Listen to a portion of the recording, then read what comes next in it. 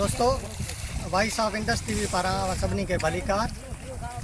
अॼु voice of Indus TV जी सॼी team हिन वक़्तु केलांकर ढंढ ते बीठी आहे। ही ढंढ सिंध जे तमामु तारीख़ी ढंढ आहे। हिन जो निहायती वसी पस मंज़र आहे, छाकाणि जो ही अछड़े थर सिलसिले जे ढंढनि में बकार ढंढ खां पोइ ॿियो नंबर वॾी ढंढ आहे। माज़ी में ही ढंढ 7 एकड़नि ते मुश्तमिल हो, पर पोइ अॻिते हली हितां जो मक़ामी जेको वॾेरो आहे, मक़ामी जेको जागीरदार आहे, उन हिन ढंढ जो पाणी पंहिंजे ॿनियुनि में इस्तेमालु करणु शुरू कयो त हीअ ढंढ आहिस्ते आहिस्ते घटिबी वई। हाणे जेको 20 खां 25 एकड़नि ते मस वञी पहुती आहे।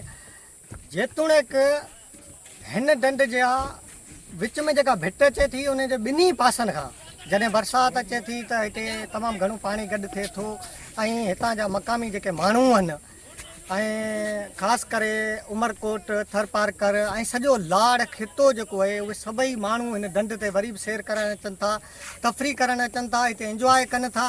पर हिते उहे सहूलियतूं मुयसरु अञा ताईं कोन्हे को।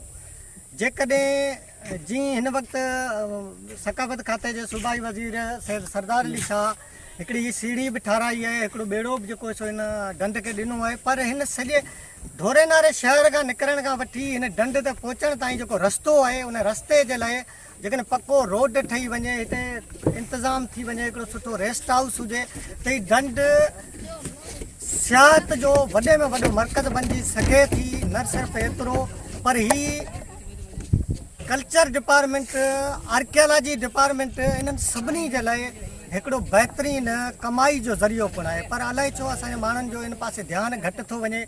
हिन ढंढ जे बारे में तव्हांखे इहो बि ॿुधाईंदो हलां त माज़ी में जॾहिं हीअ ढंढ हिते भरबी हुई, हिते 100 खां मथे मलान जा घर आबाद हुआ ऐं उन्हनि खे भुटे जे दौर में लाइसेंस पिणु मिलियल हो। उन दौर में हिते जेको कुरड़ो थींदो हो, उहो कुरड़ो किलनि जे हिसाब सां न, पर मणनि जे हिसाब सां विकामंदो। ऐं ख़ासि करे हितां जो कुरड़ो राजा जी रेल वसीले हिंदुस्तान ताईं बि वेंदो हो।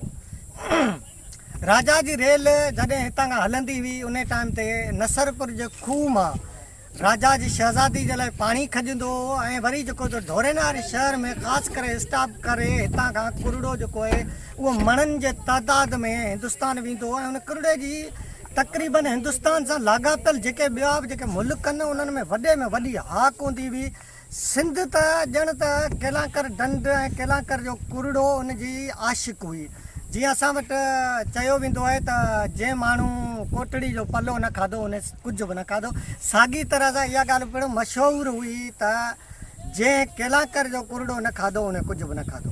हिते असां वटि खान साहब अब्दुल करीम वारा पली भाउर तमामु घणा मशहूरु आहिनि ऐं महिमान नवाज़ी ऐं सखी हुजण जे नाते शायदि सिंध में अहिड़ा के ॿिया माण्हू पैदा थिया हुजनि या थींदा हुजनि। उन्हनि जे लाइ इहा ॻाल्हि मशहूरु हुई त हिननि वटि सॼी सिंध ईंदी।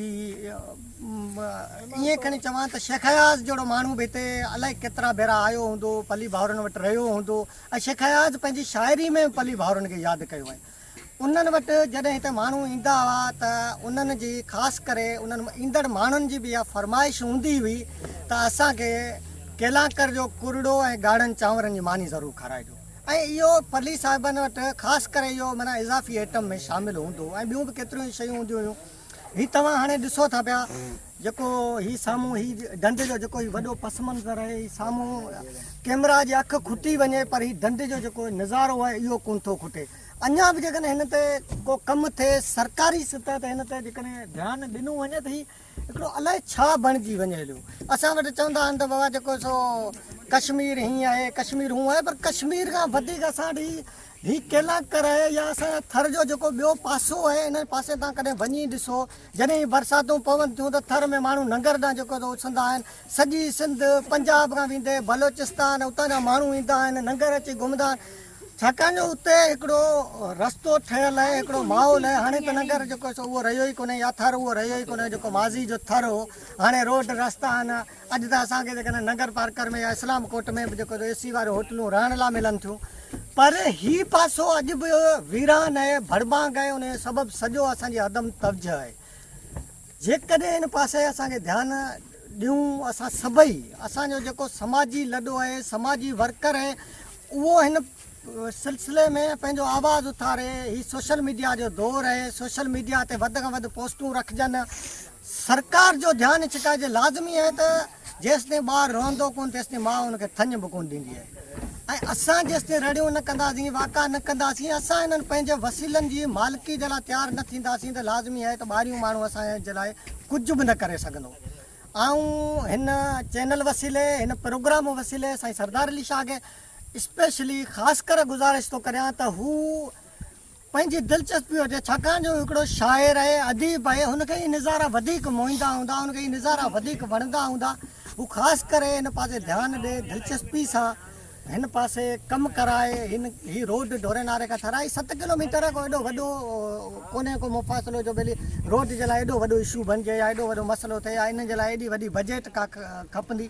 7 किलोमीटरनि जो को मसइलो कोन्हे। 7 किलोमीटर जो रोड ठाराइजे, हिते हिकिड़ो सुठो रेस्ट हाउस ठही वञे हलियो, हिते पिकनिक पॉइंटूं ठही वञनि हलियूं त माण्हू अचनि, माण्हू ॾिसनि, ही तव्हांजी सिंध जी ख़ूबसूरती ॾिसनि, तव्हांजे ज़िले उमरकोट जो हुस्न ॾिसनि।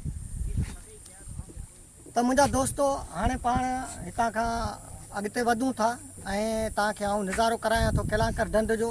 तव्हां सभई हिनखे ॾिसो।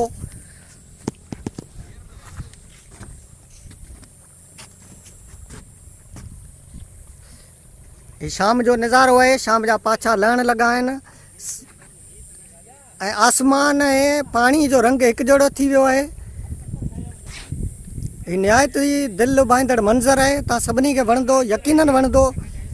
हीअ जेका सिज जी ॻाढ़ाण आहे, असां वटि वरी ईअं चयो वेंदो आहे त जॾहिं सिज आसमान ते जेका ॻाढ़ाण थींदी आहे ऐं हुन में हिकिड़ो जेको सो इंडलठ जॾहिं उभरंदो आहे त चवंदा आहिनि त जेकॾहिं वुठी ते इंडलठ उभरंदो आहे त बरसाति जेका आहे सा बंदि थी वेंदी आहे। ऐं जेकॾहिं सुकी ते जेको थो इन खे असां वटि वरी आंगड़ो बि चवंदा आहिनि। ही तव्हां साम्हूं खां किंजर ढंढ जो नज़ारो बि ॾिसी सघो था ऐं उन सां गॾोगॾु इहे असांजा टूरिस्ट आहिनि जेके मुख़्तलिफ़ शहरनि खां आया आहिनि, केलांकर ढंढ जो नज़ारो ॾिसणु आया आहिनि, घुमणु आया आहिनि, इंजॉय करणु आया आहिनि। पर हिननि खे तव्हां ॾिसो, ही पघर में शिल लॻा पिया आहिनि, छाकाणि जो ही ढोरे नारे शहर खां केलांकर ताईं पंधु पहुता आहिनि। असुल ॻाल्हि इहा आहे त ढोरे नारे खां पोइ खंबरे खां वठी केलांकर ताईं रस्तो सही कोन्हे को, मोटरसाइकिल ऐं कार वग़ैरह जो रस्तो न हुजण जे करे हिते जेके शहर में जेके 4 व्हील जीपूं आहिनि उहे किरायो 6 किलोमीटरनि जो 2000 रुपया वठनि थियूं। त हिते जेकॾहिं ही रोड ठहियलु हुजनि, ही रस्तो सुठो ठहियलु हुजे त 5 मिंटनि जो पंधु आहे, हर माण्हू मोटरसाइकिल ते अची सघे थो। इहे असांजा दोस्त आहिनि गुलज़ार, समूह ऐं ॿिया उन सां गॾु नौजवान शागिर्द आहिनि जेके मैट्रिक ऐं इंटर में पढ़नि था, मिसण वॾी खां आया आहिनि। ऐं हिननि जो हिकिड़ो शौक़ु हुयो, हिननि जी हिकिड़ी चाहत हुई हिन ढंढ खे ॾिसण जी। हिननि सोशल मीडिया ते, फेसबुक ते, ट्विटर ते केलांकरियूं जेके तस्वीरूं ॾिठियूं हूंदियूं, यकीनन उहो हिकिड़ो ख़ाको जोड़े हू उतां खां निकिता हुआ ऐं उहे जॾहिं ढोरे नारे शहर पहुता त मुंहिंजे ख़्याल में उन्हनि जो उहो ख़ाको सॼो टुटी वियो हूंदो। त हिन वक़्तु जंहिं शइ जी ख़ासि ज़रूरत आहे हिन ढंढ खे सुठो सायाती माॻ बणाइण जी, उन जे लाइ जेके बुनियादी शयूं आहिनि, बुनियादी ज़रूरतूं आहिनि, उहे इहे आहिनि त सभ खां पहिरीं हिन रस्ते खे ठाहिणु घुरिजे। भले सिंगल ई हुजे पर 6 किलोमीटरनि जो जेको रोड आहे इहो ठही वञे। उन खां पोइ हिते हिकिड़ो सुठो रेस्ट हाउस हुजे, हिकिड़ी सुठी रेस्टोरेंट हुजे ऐं हिननि हीउ जेको सो ॿिन्ही पासे खां जेको पाणी तव्हांखे नज़र अचे थो पियो, उन्हनि जे विच में जेका भिट आहे, हिन भिट खे सुठे नमूने सां लेवल करे हिन भिट ते हिकिड़ो नंढिड़ो पार्क जोड़िजे, उते 2, 4, 8 या 10 कुर्सियूं लॻाइजनि। हींअर साईं सरदार शाह जी महिरबानी सां ही 2 टे कमरा बि ठहिया आहिनि ऐं साम्हूं जेको इहो साम्हूं तव्हांखे नज़र अचे थो जेको ॿेड़ो हले थो पियो, इहो ॿेड़ो आहे।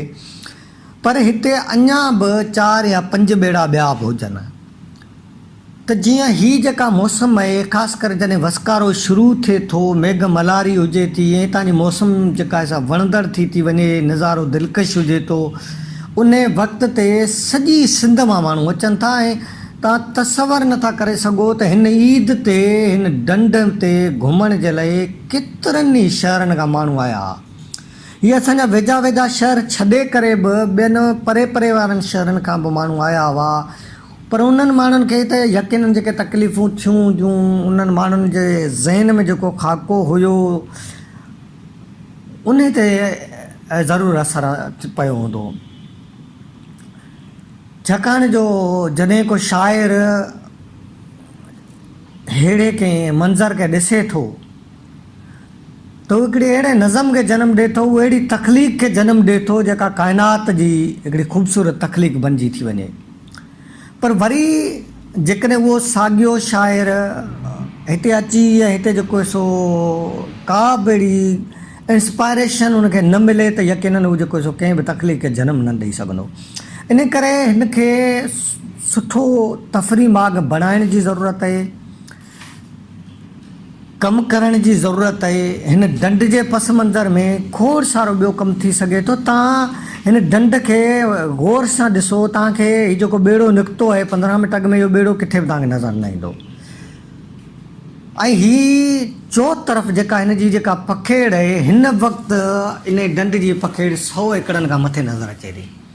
हाणे जॾहिं अॼु इहा ढंढ जॾहिं ख़तमु थी चुकी आहे, उन वक़्तु बि हिन 100 एकड़नि खां मथे आहे, त तव्हां अंदाज़ो करियो त इहा ढंढ माज़ी में केतिरी हूंदी, ऐं यकीननि इहा ढंढ माज़ी में 1000 एकड़नि ते हूंदी। ऐं हीअ ॿिन्ही हिन ढंढ जे जेको जो विच ते जेका भिट आहे, माज़ी में इहो पाणी हो, इहा भिट कोन हुई।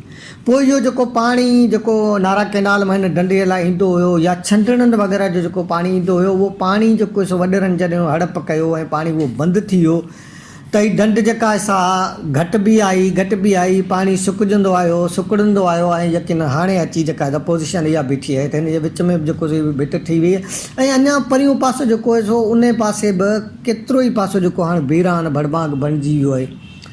त इन ढंढ जी तारीख़ ते ॻाल्हाइबो, हिन ढंढ जी तारीख़ ते तहक़ीक़ कजे थी। ढंढ केतिरी आगाटी आहे। हिते बॉम्बे मेल हलंदो हो, राजा जी रेल हलंदी हुई, जेका नसरपुर मां खूह जो पाणी जेका असां खणी वेंदी हुई ऐं धोरे नारे शहर में ब्रेक करे हितां खां कुरड़ो खणे जेको हिंदुस्तान वेंदी हुई।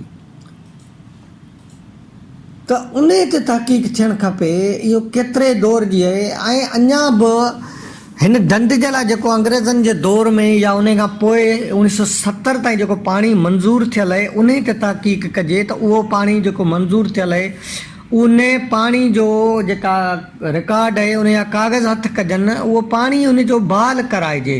उहो पाणी जेकॾहिं हिन ढंढ जो अॼु बि बहाल थी वञे त वरी इहे भिटूं आबाद थी वञनि, हीउ ढंढ हिकिड़ो वॾो सियाहती मर्कज़ बणिजी वञे, त इन सॼी सूरत हाल में असां रुॻो हुकुमराननि ते ॾोह ॾेई असां वेही रहंदा आहियूं या असां ऐवाननि में वेठलनि ते ॻाल्हायूं था, पर असां ख़ुदि ज़िम्मेवार आहियूं। असांजी ज़िम्मेवारी आहे, असां उन ज़िम्मेवारी ते केतिरो पूरो लहूं था। असांजी जेका सिविल सोसाइटी आहे, असांजो हितां जो नौजवान तबिको आहे, समाजी एक्टिविटी रखंदड़ जेके असांजा नौजवान आहिनि, शाइर आहिनि, अदीब आहिनि, दानिश्वर आहिनि, कालम निगार आहिनि, उन्हनि सभिनी ते इहा ज़िम्मेवारी थिए थी त हू हिन पंहिंजे हिन ढंढ मुतलिक़, पंहिंजे हिन सयाती माग मुतलिक़ अख़बारनि में लिखनि, फेसबुक ते लिखनि, ट्विटर ते लिखनि, ऐं ॿिया जेके बि उन्हनि वटि फोरम आहिनि उते आवाज़ु उथारनि।